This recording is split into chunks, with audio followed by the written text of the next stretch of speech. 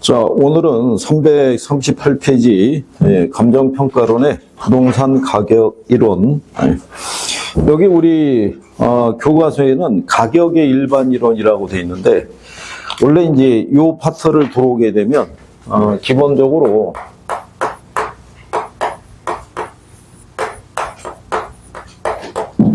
이게 부동산 이제 가치 이론이라고 이제 명시를 해요. 이게 이제 그 번역상의 차이로 인해 가지고 옛날에는 가격이라고 번역을 했어요.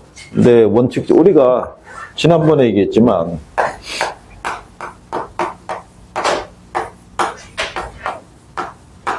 이거 우리가 직역하면 뭐라고 해요? 이거 가격이라고 그러잖아. 얘는 가치라고 그러잖아. 그런데 경제학에서는 가격과 가치를 동일시했다고. 그러니까 옛날에 가치의 표현을 뭐라고 했냐면 가격이라고 한 거예요. 가격. 그래서 가격이론, 가격이라는 표현을 썼다가 감정평가 규칙이 개정이 되면서 가치라는 표현으로 바뀐 거예요. 이 뒤에 나오는 가격 발생 원인과 가격, 가치 형성률이 있는데 걔네도 예전에 다 가격이었어요. 가격이었다가 다 가치로 표현이 바뀐 거예요. 공식적으로 바뀐 거는 감정평가 규칙이 개정이 되면서 개정이 돼서 용어상에서 가격 형성이라는 표현이 사라지고 가치 형성이라는 표현으로 바뀌었기 때문에 지금은 그렇게 쓰고 있다 이렇게 보면 돼요. 그래서 이 가치 이론에서 제일 먼저 나오는 게 가치와 가격인데, 이게 엄밀하게 말하면 경제학자가 정의한 구분 개념이 있고 부동산 학자가 정의한 구분 개념이 있는데, 그거를 구분하는 거는 여러분들에게 별 도움이 안 된다고 보고, 원래는 이게 가치이론의 발달 과정 이래가지고 학자들의 논리를 따라서 우리가 고전학파, 고전학파, 한계형 학파, 뭐 이렇게 학파들에 대한 논리도 있는데, 그거는 지금까지 시험에 한 번밖에 안 나왔어요. 그리고 논란의 소지가 있기 때문에 인용은 안 될 거라고 생각을 해요. 그래서 제일 먼저 이 가치와 가격에 대한 개념에 대해서 간단하게 알아보게 되면, 우리가 지난번에 가치 개념을 얘기할 때 아담 스미스의 논리를 얘기했던 거 기억해요? 가치라는 거는 다른 재화를 교환의 대상으로 지배하는 힘이라고 얘기하면서 아담 스미스는 재화의 가치를 사용 가치와 교환 가치로 구분을 한 거예요. 그죠? 그러면 요 사용 가치라는 거는 물건이 본래부터 가지고 있는 효용에 의해서 결정되는 게 사용 가치고, 요건 사용자의 주관적인 판단에 의해서 결정이 된다라고 생각하면 돼요. 그런데 교환 가치라는 거는 시장에서의 거래를 통해서 객관적으로 공식화된 거라고 생각하면 돼요. 근데 재화가 가치를 갖기 위해서는 시장에서의 교환을 대상으로 우리가 이해하기 위해서는 이게 있어야 돼요. 사용 가치가 없으면 무슨 가치도 없다. 교환 가치도 없는 거예요. 예를 들어서 아프리카에 가가지고 모피꽃도 팔라고 그러면 팔리겠어요? 안 팔리겠어요? 잘 안 팔릴 거 아니에요. 그러니까 사용 가치가 있어야 무슨 가치도 있다. 교환 가치도 있다라고 얘기하는 거예요. 그런데 이 사용 가치라는 거는 물건이 본래 가지고 있는 효용을 우리가 지칭을 하는데, 효용에 의해서 뭐가 이루어진다? 교환이 이루어지는 거예요. 근데 옛날에 화폐라는 단위가 없을 때는 물물 교환했을 거 아니에요. 그렇죠? 근데 화폐라는 단위가 만들어진 다음서부터는 뭐를 매개로? 가격을 매개로 해서 교환이 성립했다는 얘기예요. 그죠? 그래서 가격의 기초에 있는 게 바로 뭐다? 그게 가치예요. 그러니까 가치라는 게 화폐 단위를 빌려서 표현한 게 뭐다? 그게 가격이다 이런 얘기예요. 그러면 우리가 이렇게 얘기할 수 있잖아요. 가치와 가격이 있으면 가치가 화폐 단위를 빌려서 표현한 게 가격이잖아요. 그러면 가치가 상승하면 가격은 상승한다 안 한다? 할 거 아니에요. 그러면 가치가 하락하면 가격이 하락해야 해요. 하락할 거 아니에요. 그럼 반대로 가격이 하락하면 가치가 변할 수 있어요, 없어요? 가격이 변하면. 그거는 없다는 거예요. 그거는.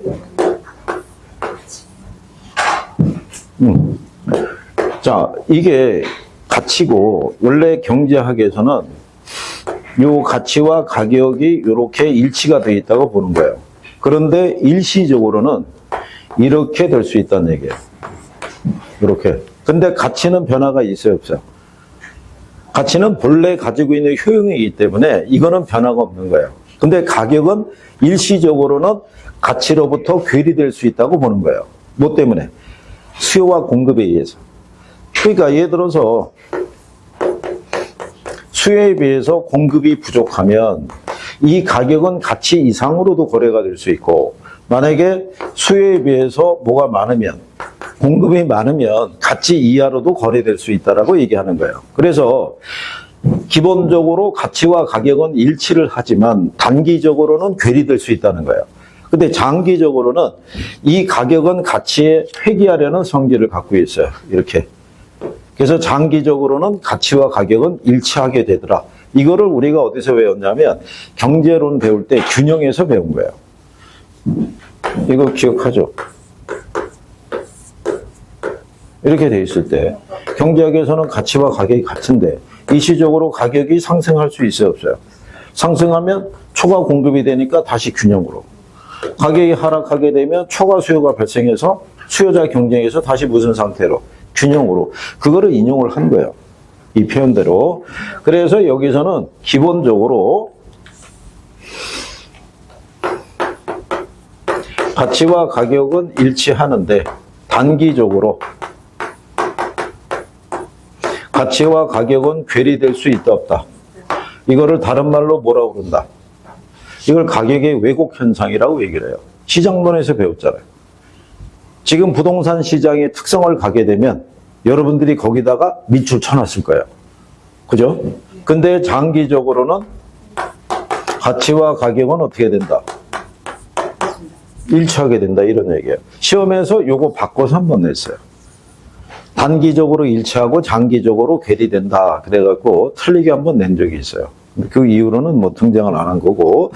그래서 거기 338페이지 하단 박스 밑에 가게 되면 지문 2번에 가치와 가격의 관계라고 돼 있죠. 그래서 1번에 보면 가격의 기초에는 가치가 있고 가격은 가치에서 결정이 된다라고 돼 있어요. 그죠? 그래서 가치는 화폐를 매개로 해서 가격이 되기 때문에 가격은 가치의 화폐적인 표현이라고 얘기하는 거예요. 그래서 재화의 가치와 가격은 비례한다라고 얘기하는 거예요. 가치가 상승하면 모두 상승하고 가격도 상승하고 가치가 하락하면 가격도 하락한다고 얘기하는 거예요. 근데 화폐 가치와 재화의 가격은 무슨 관계다? 반비례 관계예요. 화폐 가치가 상승하게 되면 이전보다 우리가 지불하려고 하는 가격은 작아지는 거예요. 인플레 배우셨죠? 네. 인플레 상황에서는 화폐 가치가 어떻게 돼요? 떨어지잖아요. 화폐 가치가. 떨어지니까 이전보다 부동산 같은 실물 자산을 구매할 때 좀 더 많은 돈을 지불해야 되는 문제가 생긴다, 이런 얘기예요. 네? 이해하겠어요? 그리고 거기 마지막에 보면 수요 공급의 변동에 따라 결정되는 가격은 단기적으로는 가치로부터 괴리되는 현상을 지니게 됐다라고 돼 있죠. 근데 장기적으로는 어떻다? 일치한다라고 얘기하는 거예요. 일치한다. 그 표현을 이해하겠어요? 이해하면 되는 거예요. 외우지 않고. 그래서 그렇게 정리를 하면 되겠고, 그 다음에 그 페이지 위로 올라가면 가치와 가격이라고 박스 나와 있죠. 네, 이거는 부동산 학자인 어빙 피셔가 정의해 준 거예요.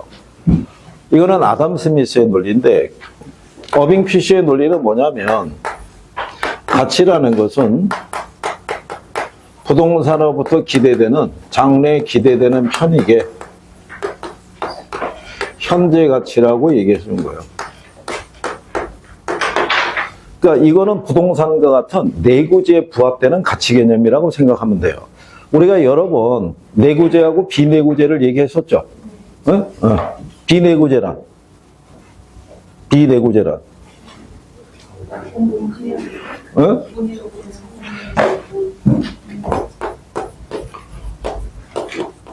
비내구재는 한 번 사용하면 효용이 없어지는 재화를 비내구재. 주로 경제학에서 취급하는 상품이 비내구재예요. 그럼 내구재라는 거는 효용이 오랫동안 지속되는 재화를 내구재라고 얘기하는 거예요. 내구재가 지니는 속성을 우리가 내구성이라고 얘기하는 거예요. 그래서 원래는 내구성과 영속성은 성격이 틀린 거예요. 영속성은 토지의 자연분인 토지에 부여할 수 있는 개념이고, 내구성은 우리 인간이 만들어낸 건물 등에 부여할 수 있는 개념이에요. 우리가 자동차, 가전, 건물 아무리 수명이 길더라도 언젠가는 소멸이 된다고. 근데 토지는 안 그렇잖아요. 그래서 원래는 구별을 해줘야 되는데 중개사 시험에서는 그냥 같은 것으로 쓴다고. 내구성, 형속성 이래가지고. 그래서 여기 나와 있을 때 여기 지금 아담 스미스가 얘기하는 건 비내구재의 가치 개념에 맞는 거고, 어빙 피셔가 얘기하는 거는 이렇게 내구재의 가치 개념에 적합하다는 얘기예요. 그래서 어디에 바탕을 두고 있다? 장래에 기대되는 편익에 바탕을 두고 있다라고 얘기하는 거예요. 그래서 현실 시장에서의 가치와 가격은 일치할 수가 없는 거예요. 그러니까 부동산 같은 내구재는 가치와 가격을 구별을 해줘야 된다고 얘기하는 거예요. 그래서 거기 박스로 구별을 해준 거예요. 그래서 가격이 있고 뭐가 있을 때 가치. 그래서 가격이라는 거는 자 거기 교환의 대가라서 실제 지불된 금액이라고 돼 있죠. 우측 박스에. 자 우리 이제 거기 338페이지에 보면 거기 박스에 이제 그게 명시가 돼 있잖아요. 그거는 뭐냐면 시장에서 매도인과 매수인 간의 협상에 의해서 실제 지불된 금액이 있죠. 실제 지불된 금액이니까 줄여서 뭐라고 얘기하는 거예요? 실거래액이다라고 얘기하는 거예요. 그죠? 실거래액은 파악하기가 쉬워요, 어려워요? 쉽죠. 중개업자에 물어보면 바로 할 수 있을 거 아니에요. 그죠? 예. 그래서 얘는 실거래액이라고 얘기하고, 그 다음에 이미 거래에서 지불이 됐단 말이에요. 실제 거래에서. 지불이 됐기 때문에 무슨 값이라고 그런다? 과거의 값이라고 얘기하는 거예요. 과거의 값. 예를 들어서 여기 부동산이 있을 때 26년 2월 28일, 우리 27일이죠? 27일 날 얘가 6억에 매매가 됐어. 그러면 매도인이 있고 매수인이 있을 거 아니에요. 그럼 둘 사이 거래에서 실제로 6억이 지불이 된 거 아니에요. 그 이물이 지불이 됐으니까 무슨 값이라고 그런다? 과거의 값이라는 거예요. 그러면 이 시점에서 가격은 몇 개만 성립하겠어요? 하나만 성립하는 거예요. 이미 지불된 값이 있죠. 이거 하나만. 그런데 가치라는 거는 장래에 기대되는 편익의 무슨 가치다? 현재 가치라는 거예요. 그래서 장래에 기대되는 편익을 바탕으로 한 얘는 무슨 값이다? 현재 값이라고 그래요. 이게 시험에서 나왔었어요. 바꿔서. 얘가 현재의 값, 얘가 미래의 값 이렇게 해갖고 틀리게 한번 인용을 한 적이 있어요. 그러면 주어진 시점에서 가치는 몇 개가 성립할 수 있다? 아니, 두 개가 아니라 여러 개. 여기 하나니까 여기 두 개. 아우, 신박한 얘기네. 왜냐면, 자, 이게 6억에 거래된 뭐예요? 가격이잖아. 근데 이 물건에 대한 투자 가치라든가, 과세 가치라든가, 또는 보험 가치라든가, 이렇게 여러 개의 가치에 대한 개념을 부여했을 때, 이 가격으로는 설명할 수가 없잖아요. 그러니까 주어진 시점에서 평가 목적에 따라 가치는 여러 개가 성립할 수 있다는 거예요. 두 개가 아니라 여러 개. 그래서 이런 거 바꿔주는 거예요. 이거. 그러니까 정확하게 구별만 할 수 있으면 바뀌어서 나오는 문제는 다 풀 수 있다. 이렇게 생각하면 돼요. 그래서 가치와 가격에 대한 것을 기본적으로 정리를 해봤던 거예요.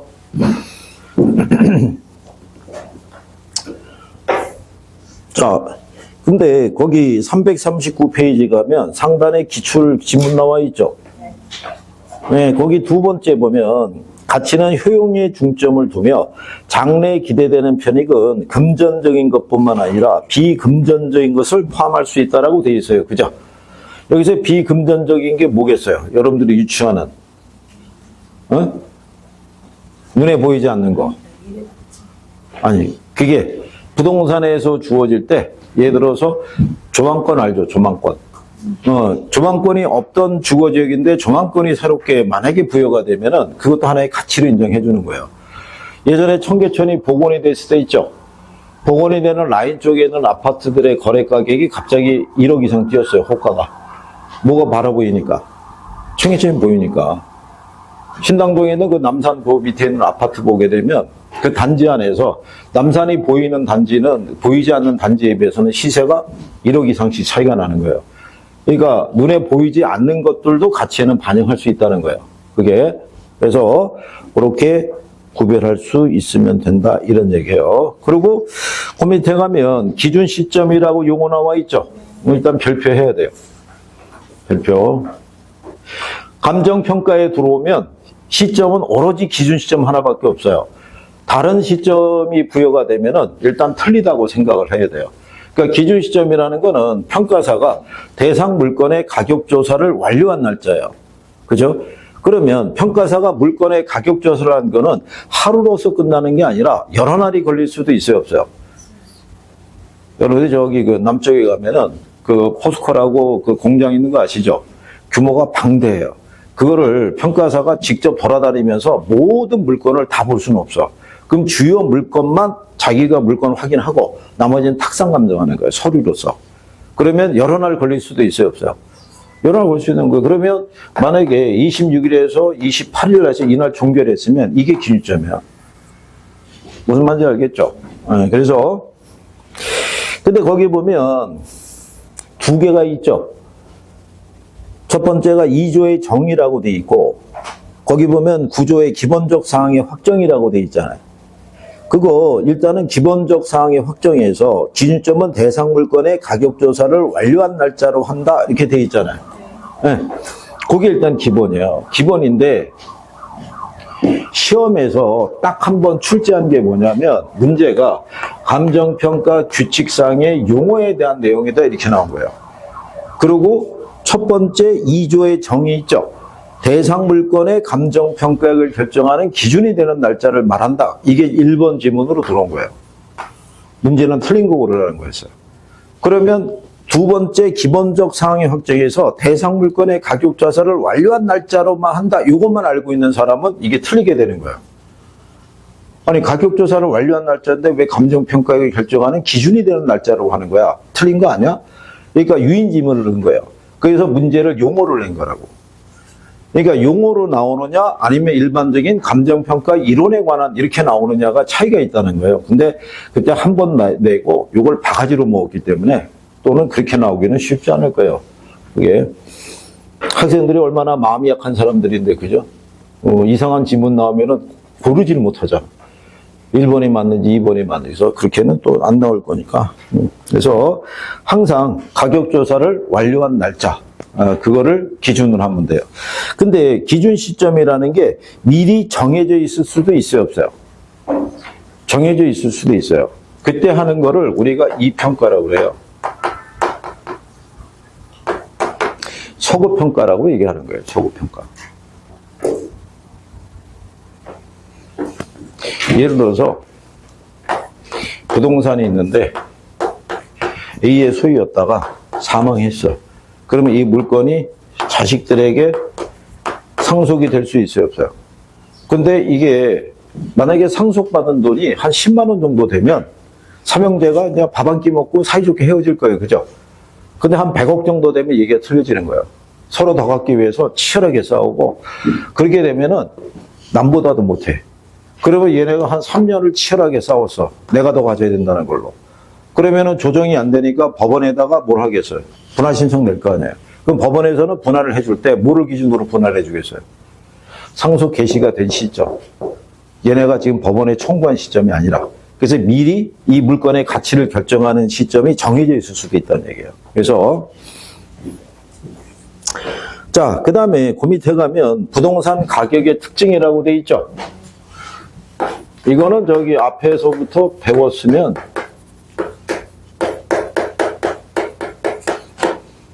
정리가 될 거라고 봐요. 자, 가격의 특징에서 보게 되면 이게 가격의 특징이라는 거는 일반 재화에서는 찾아볼 수 없다는 거예요.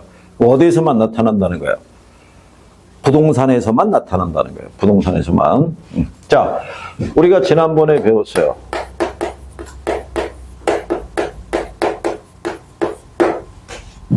부동산 가격의 특징에 대한 거는요,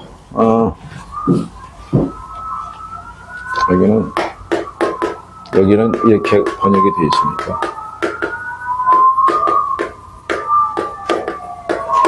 부동산은 가격과 임대료로 구성이 되어 있다고 얘기를 해요. 그죠? 근데 일반 재화는 뭐밖에 없어요. 일반 재화는 일반 상품이 있죠. 마트를 가든 편의점을 가든 어디를 가든 간에 거기는 물건 자체의 가격밖에 없어요. 그죠? 그러니까는 이 정해진 가격에 대해서 내가 지불을 하게 되면 권리가 나한테 넘어오는 거예요. 그렇잖아요.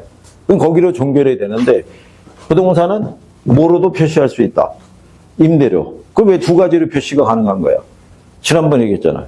왜 두 가지로 표시가 가능한 거예요? 부동산은. 부동산은 왜 두 가지로 표시가 가능하다? 어? 아니, 앞에서 영속성 할 때 얘기했잖아요. 영속성 할 때. 부동산, 영속성의 의미가 뭐예요? 네? 이거 줄어들지 않는 거 아니에요. 그러면 내가 사용해도 줄어들지 않는다는 얘기는 다른 사람이 사용하라고 빌려줘도 줄어들지 않을 거 아니에요. 그죠? 그러면 내가 가지고 있음으로써 형성할 수 있는 가격과 다른 사람이 사용하라고 빌려주면서 얻을 수 있는 뭐가 있겠어요? 사용 수익, 임대료. 두 가지를 하나의 물건에서 얻을 수 있어요, 없어요? 두 가지를 거둘 수 있으니까 일반 상품은 여기 물건 자체에 뭐만 표시할 수 있어요? 가격만. 근데 부동산은 여기에 모두 표시할 수 있는 거예요. 임대료 두 개가 표시가 되는 거예요. 그래서 우리가 경제에서도 수요의 가격 탄력성과 수요의 임대료 탄력성 이렇게 두 가지로 표현이 가능한 거예요. 그래서 가격을 구하면 임대료 구할 수 있고 임대료 구하면 뭐를 구할 수 있다? 가격을 구할 수 있는 거예요. 그거를 배운 거는 기억 안 나죠? 어? 임대료 구하면 가격 구하는 거 어디서 배웠어요? 이거. 어? 어디서? 우리가 수익환원법을 가게 되면 순수익을 뭐로? 환원이율로 환원하게 되면 수익가액 구할 수 있죠? 이게 임대수익이에요. 이러면 이 임대수익을 기초로 해서 가치로 환원할 수 있다는 얘기예요. 바꿀 수 있다. 자, 어쨌든 부동산은 가격과 뭐로 구성이 되어 있다? 임대료로 구성이 되어 있다. 두 가지로. 그 다음에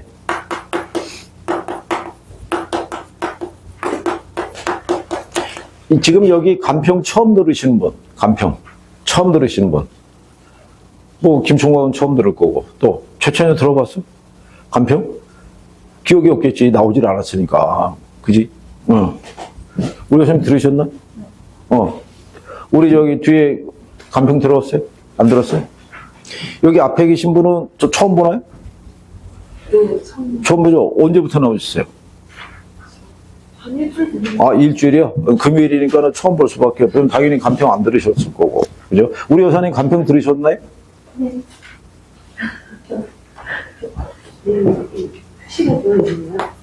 아, 이게 저 표시만 돼 있고. 아, 여기 다 저기 표시는 다 돼 있어요. 표시는 다 돼 있는데 자기 글씨를 못 찾잖아요. 못 알아보잖아요. 자기가 썼는데. 어? 자, 두 번째. 그러면 이렇게 해요. 오늘 수업을 해서 간평이 어디 나갈 수 있는 데까지 정리를 하고 다음 저기 주가 돼서 이제 3월이 되면 앞에서부터 출발을 해드릴 테니까 그리고 간평 뒤에 만약에 조금 남는 게 있으면 조금 내공이 쌓이면 그때 추가로 그 파트만 찾아서 정리해 줄 테니까 그렇게 생각하시면 될 것 같고 그죠? 또 이게 3월이 되면 사람의 기대 심리가 앞에서부터 처음부터 이렇게 배우는 거 있죠? 중개사분들이 참 신선한 걸 좋아해요. 신선한 걸 좋아하다 보니까 모든 내용을 다 신선하게 받아들이는 거예요. 그러면 정리가 돼야 안 돼요. 정리가 안 될 거 아니에요, 이게. 이게 누적이 돼서 반복이 돼야 되는데. 네? 그러니까 결석하면 여러분들 손해예요. 그죠? 아, 그리고 경고도 날려야 돼. 윤총각, 다음 주도 안 나오면 죽음이야, 진짜. 무슨 감기 몸살을 갖다가 열흘씩 앓고 있어. 이거 말도 안 되는 소리지. 아, 그리고 하나 더, 이게. 야간 정총각. 뭐 집에서 인강을 듣고 이런 말도 안 되는 소리 하면 큰일 날 줄 알아, 진짜. 운동은 하루에 2번씩 하면서 왜 이거는 한 번도 안 나오는 거야? 경고했어. 자, 여기 보면 부동산은 소유권 및 기타 권리익의 대가로 구성이 된다고 돼 있죠. 기타 권리익을 다른 말로 부분권익이라고 그래요. 그러니까 부분권익에 해당하는 게 뭐냐면 전세권, 저당권 이런 것들이 있죠. 그걸 우리가 부분권익이라고 그래요. 그런데 여기서의 포인트는 이거라고 그랬어요. 자, 이게 갑의 소유면은 갑은 이 부동산에 대해서 뭐를 갖고 있겠어요? 소유권. 그런데 갑은 돈이 필요하면 이거 담보로 해서 대출 받을 수 있어요, 없어요? 그 다음에 세를 줄 수도 있어요, 없어요? 있을 거 아니에요. 그러니까 부동산에서는 하나의 물건에 대한 하나의 권리만 있는 게 아니라 둘 이상의 권리가 존재할 수 있다는 거예요. 하나의 물건에. 그러니까 하나의 물건에 둘 이상의 권리가 존재할 수 없다 그러면 틀리는 거예요. 그래서 소유권 전체로서의 가치도 갖고 있고 부분 권익으로서의 가치도 별도로 존재해요. 그래서 평가는 별도로 하도록 돼 있어요. 왜 별도로 해야 되냐면 얘네 두 개를 합한 가치가 이 소유권 전체의 가치하고 항상 일치하지 않아요. 무슨 말인지 아시겠죠? 여러분들이 만약에 10억짜리 물건을 갖고 있다고 그래서 이거 일부 대출받아 쓰고 일부 전세 줬잖아요. 그게 얘하고 항상 일치한다는 보장이 없는 거예요. 그래서 별도로 가치를 구하도록 돼 있다. 그러면 여기에 이 파트에서 우리가 기억해야 될 거는 뭐다? 하나의 물건에 둘 이상의 권리가 존재할 수 있다. 그냥 그것만 기억하면 돼요. 그래서 이해를 하면 안 해도 되는 거예요. 그죠? 그래서 그렇게. 그 다음에 뒤에 가시면 부동산 가격은 장기적인 배려에 형성이 된다고 돼 있죠. 왜 부동산 가격은 장기적인 관점에서의 배려가 필요하겠어요? 응? 장기적인 관점에서의 배려가 왜 필요하겠어요? 자, 여러분들이 저기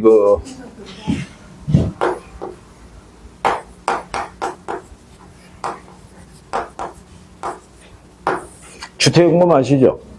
주택연금이 원래 도입이 된 게 유럽에서 프랑스인가 거기서 도입이 됐어요. 도입이 됐는데 그때 당시에 얘네 연금의 지급 케이스가 뭐였냐면 A가 만약에 이 주택을 사고 싶어요. 사고 싶은데 B가 소유자야. 그러면 A는 B가 생존해 있을 동안에 생활비를 지원해 주는 거예요. 생활비를 지원해 주고 이 사람이 사망하면 이 집의 권리를 갖게 되는 거였어요. 출발이 원래 그렇게 시작됐어요. 그래서 이 사람이 88세인가 그랬어요, 주인이. 그러니까 아무리 봐도 생존할 확률이 상당히 낮을 거 아니에요. 그래갖고 이거를 계약을 하고 생활비를 줬어. 줬는데 이 사람이 120세까지인가 생존했어. 돈을 주다가 이 사람이 먼저 사망했어. 그래갖고 이제 그다음부터 제도가 이제 바뀌기 시작한 거예요. 그죠? 부동산이라는 거는 가다가 애가 소멸되거나 없어지는 게 아닌 거예요. 영구히 존속을 하다 보니까 현재 상황보다는 미래 상황이 더 중요한 거예요. 현재 농지인데 택지로 바뀔 수 있어요, 없어요? 택지로 바뀔 수 있는 거예요. 맹지인데 인구대 도로가 나면서 갑자기 가치가 뛸 수도 있어요, 없어요? 있는 거예요. 그러니까 부동산의 가격은 항상 장기적인 배려에 우리가 바라볼 수 있어야 되는 거예요. 그러니까 중개업자가 그런 걸 보는 눈이 있어야 돼요. 그죠? 그 다음에 또 뭐라고 해놨냐면 불안전 경쟁 시장이라고 되어 있어요. 그러면서 부동산 가격은 개별 가격이에요. 여기서 이것도 적어주네. 부동산 가격은 장기적인 배려를 필요로 하고요. 그 다음에 부동산 가격은 개별 가격을 형성하는 거예요. 자, 동일한 지역에 비슷한 규모의 부동산이 있더라도 거래 내역은 같아요, 틀려요? 다 틀린 거예요. 그게 증여로서 이루어진 것도 있고 정상적인 매매도 있을 수 있고 융자 끼고 산 것도 있고 이런 다양한 것들이 개입돼 있을 수 있어요, 없어요? 그래서 감정평가사들은 뭐를 수집하면 사례를 수집하게 되면 이 작업을 해야 돼요. 특별한 사정과 동기가 개입돼 있는지 여부를 확인을 해야 돼요. 만약에 개입이 돼 있으면 그러한 사정이 없는 걸로 바꿔서 우리가 가치를 평가해야 된다라고 생각하면 돼요.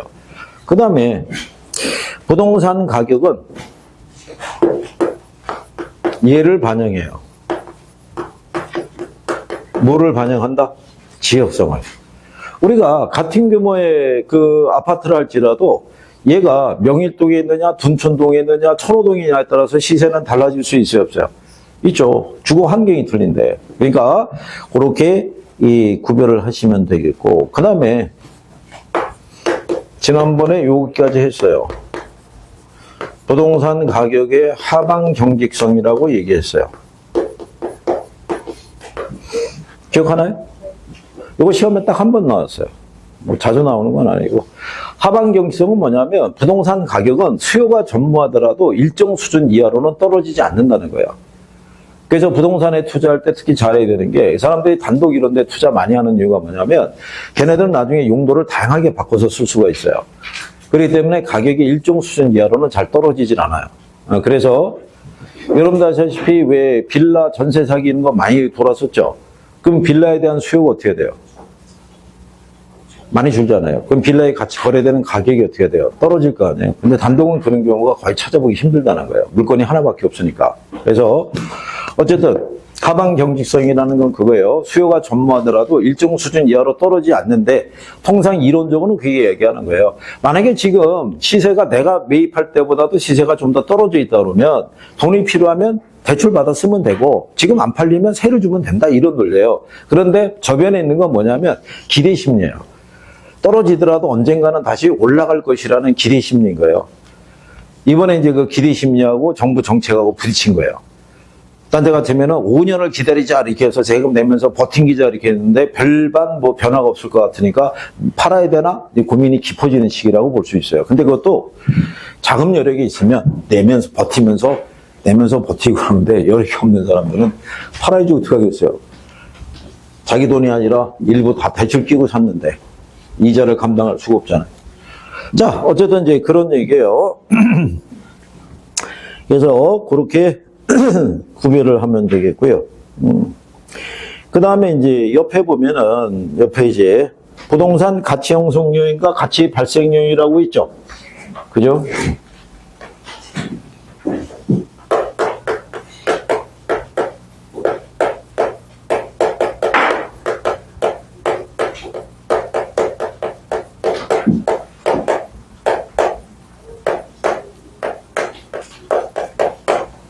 옛날에는 얘네가 시험에서 얘네가 한 3-4번 나왔었고요. 얘가 한 2-3번 나왔는데 가치 발생 요인이 초반에 냈던 거는 얘가 내기가 좋았던 거예요. 종류가 4종류였고 그래서 내기가 좋았다가 얘로만 계속 문제를 구성하기는 어려웠다는 얘기예요. 여기서 조금 더 들어가면 가치 발생의 어떤 이제 가치의 이론적인 뭐 발전 근거 뭐 이런 것까지 해야 되니까 그거는 내기가 어렵고 그래서 지금 용어로서 가치 형성 요인을 한 2-3번 물어봤어요. 근데 기본적인 건 알아야 돼요. 선생들이 모의고사 낼 때 활용을 할 테니까. 그러면 제일 먼저 가치 발생 요인이라고 그랬을 때 이거는 재화가 가치를 갖기 위해서는 구비돼야 될 조건이 있다라고 얘기했어요. 그죠? 네. 그래서 그게 효용이라는 게 있고 상대적 희소성이라는 게 있고 유효수요라는 게 있고 그 다음에 이전성. 자, 지난번에 우리가 설명했었어요. 이 4가지 중에 성격이 다른 애가 하나 있어요. 4가지 중에 성격이 다른 애. 응? 얘가 다른 거예요, 얘가. 여기 위에 거 3가지는 경제학자들이 제안한 거예요. 이건 나중에 부동산 학자가 부여해 준 거예요. 그러니까 요거 3가지 항목이 수요와 공급을 나타내는 거예요. 그러면 기본적으로 이렇게 되잖아요. 일반 재화나 부동산이나 기본적으로 가격이라는 건 수요와 공급에 의해서 결정이 될 거 아니에요. 그래서 가치가 발생하기 위해서는 3가지 요건이 기본적이다. 그런데 부동산만 가지고 있는 특징에 따라서 권리의 이전이 자유로워야 된다는 거예요. 권리 이전의 제약이 있으면 적정한 가치가 발생되기가 어렵다고 보는 거예요. 그래서 구비 조건이 몇 가지다? 4가지라는 거예요. 이거 지난번에 얘기했지만 이런 거 글자 따면 위험한 거예요. 어? 예전에 이렇게 글자 따서 들어간 사람들이 있었어요. 근데 여기 효가 하나 또 있었어.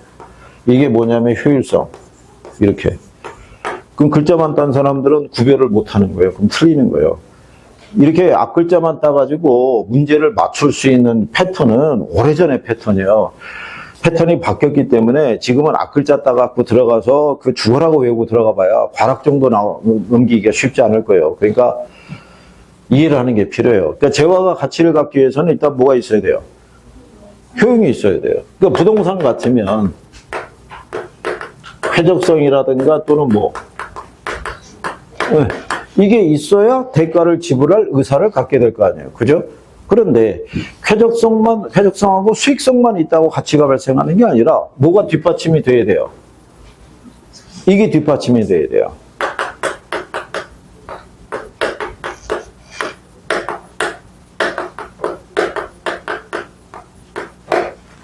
수요에 비해서 뭐가? 공급이 부족한 상태가 됐을 때. 그죠? 그거를 이 두 가지의 논리를 고전학파 경제학자들이 얘기했는데 그거를 가장 잘 설명한 게 아담 스미스예요. 아담 스미스의 다이아몬드의 역설이라고 지난번에 알려드렸었죠.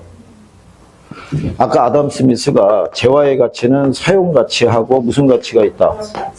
교환 가치가 있는 거예요. 그죠? 네. 그런데 우리가 시장에서 놓고 봤었을 때 사용 가치하고 교환 가치가 있을 때 두 재화의 효용이 있죠. 효용은 둘 중에 어느 게 커요? 이게 바뀌었죠. 다이아몬드가 있고 예를 들어서